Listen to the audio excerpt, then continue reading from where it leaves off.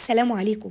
يلا يا جماعة، عايزين نلحق نخزن شوية صلصة كده محترمين قبل رمضان إن شاء الله، عشان تسعف معاكي في رمضان وتخلي طبيخك زي العسل وتوفر عليكي كمان وقت ومجهود. شايفين الصلصة عاملينها ازاي؟ ولا أجدع شركات في الدنيا. شايفين اللون والقوام؟ حاجة كده ما شاء الله تبارك الله زي العسل. تعالوا بقى نشوف ازاي طلعت معانا باللون ده وطلعت بالقوام ده، وكله طبيعي 100%. وده دايما اللي بقول لكم عليه، كل حاجة عندنا تبقى طبيعية 100%.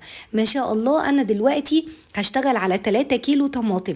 هنقي الطماطم المتولة الملحمة اللي هي كلها لحمة ولونها غامق شوية زي الطماطمية اللي انتوا شايفينها في ايدي دي كده المتولة البلدي، او بيتقال عليها في السوق الطماطم البلح اللي هي مش مدورة، دي اللي بيبقى لحمها اكتر من ميتها. هنجيب الطماطم نغسلها كويس قوي زي ما انتوا شايفين وننشفها، ما نخليش فيها نقطة مية، وبسكينة رفيعة هقور حتة العين الاخضر بتاع الطماطم بالشكل ده، واروح مدياها علامة زائد كده توصل لايه قبل الاخر بشوية.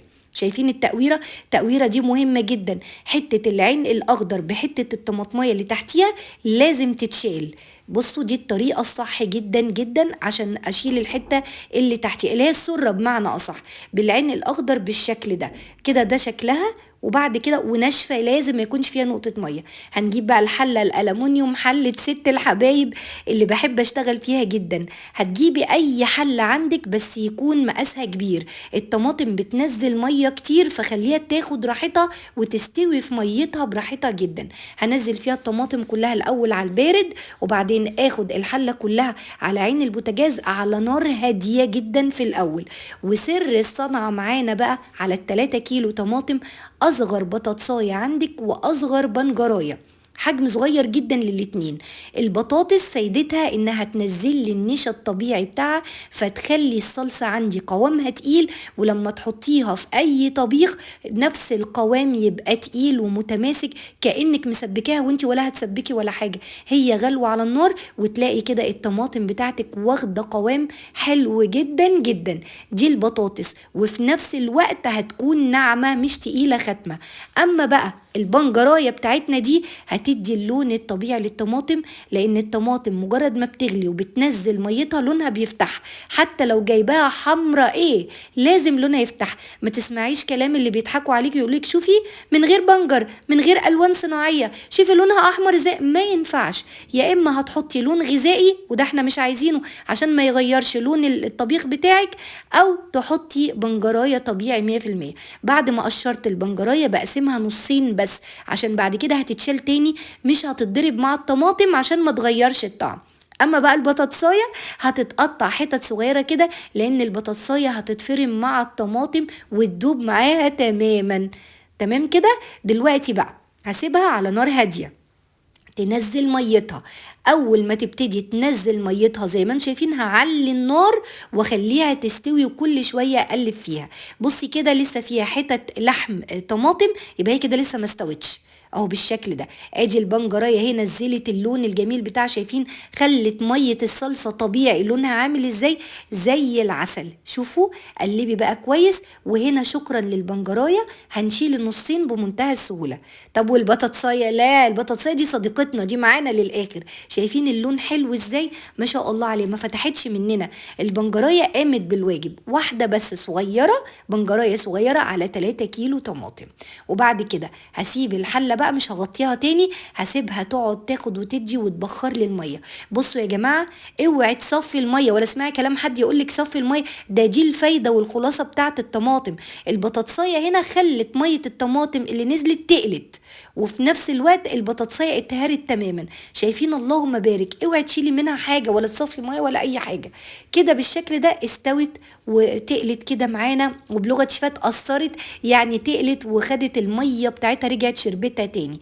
هناخد بقى الطماطم نضربها في الخلاط. انا عندي الخلاط بتاعي ازاز، فعادي ممكن اضرب فيه السخن. لو انت الخلاط بتاعك لا ما بيستحملش السخن، اصبري لما تبرد خالص وبعدين يا ستي اضربيها. شوفوا بالشكل ده من غير ولا نقطة مية منها فيها زي ما انتوا شايفين. ما شاء الله، لو تشوفوا النعومية بتاعتها، وكمان لسه ما اتحطتش على النار ولسه ما اتصفتش. يعني المفروض انا دلوقتي هصفيها عشان اشيل منها اي بذره او اي قشره طماطم، ومع ذلك هي مش مستاهله انها تتصفى والله. بصوا النوعميه بتاعتها عامله ازاي، وشوفوا لونها جميل ازاي، تبارك الله عليها.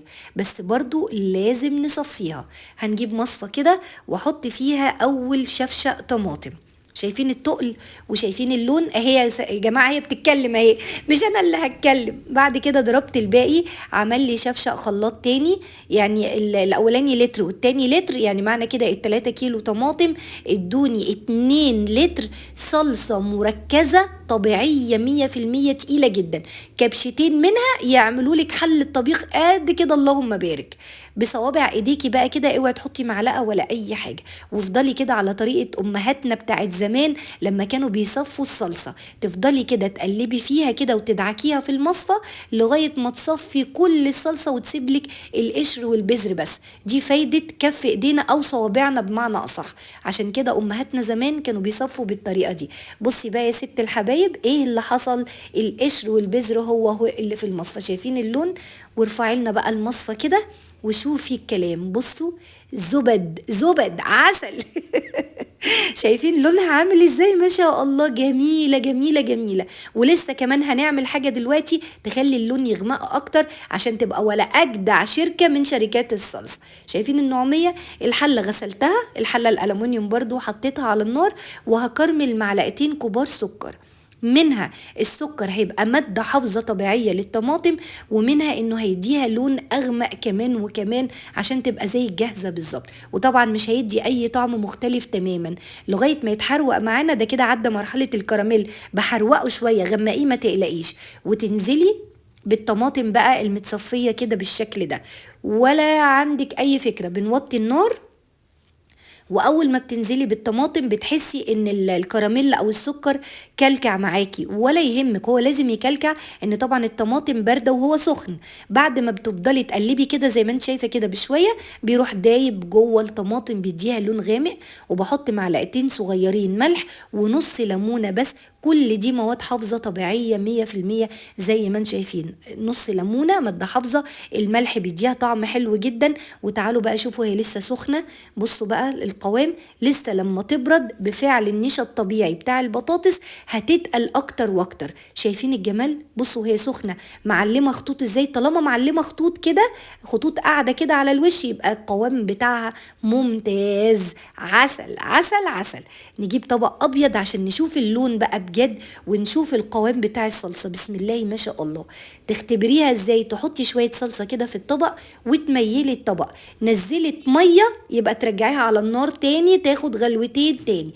ميلتيها زي ما انا عملت كده، ما نزلتش ميه خالص، يبقى تبارك الله هي كده الصلصه مستويه وزي الفل. نجيب بقى الاكياس بتاعتنا بعد ما الصلصه تبرد خالص، وكل كيس هحط كبشتين مليانين كفايه قوي. وبطاطي كده بالشكل ده. انا بحب اشيل الصلصه افرزها متبططه كده عشان ما تاخدش مكان خالص في الفريزر. حطي الكميه اللي انت عايزاها، الاكياس كلها فوق بعضها، ما تاخدش منك مساحه خالص في الفريزر.